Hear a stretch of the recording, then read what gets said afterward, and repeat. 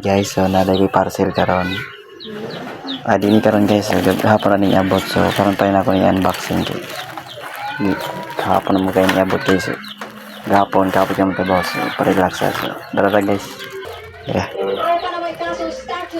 Unboxing natin rin guys. Ako sa plus tayong camera guys ha.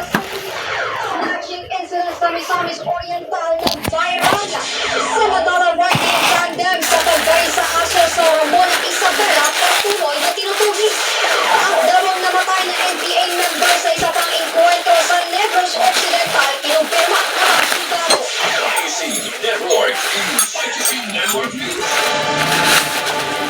Magandang tanghali Pilipinas. Ito ang RTC Network News. Mapapakinggan Tools ni siya guys. sa 62 higpit ng K5 News sa buong Pilipinas. Ito ang inyong tagapagbalita sa K5 Clarice sa Terha.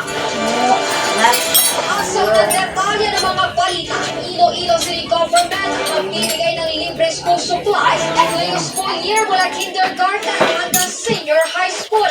Detalye ng balita niya atin kay K5 Kim Kaluyo. Magbibigay ng libreng school supplies ang Iloilo City Government sa inaasahang opening of classes.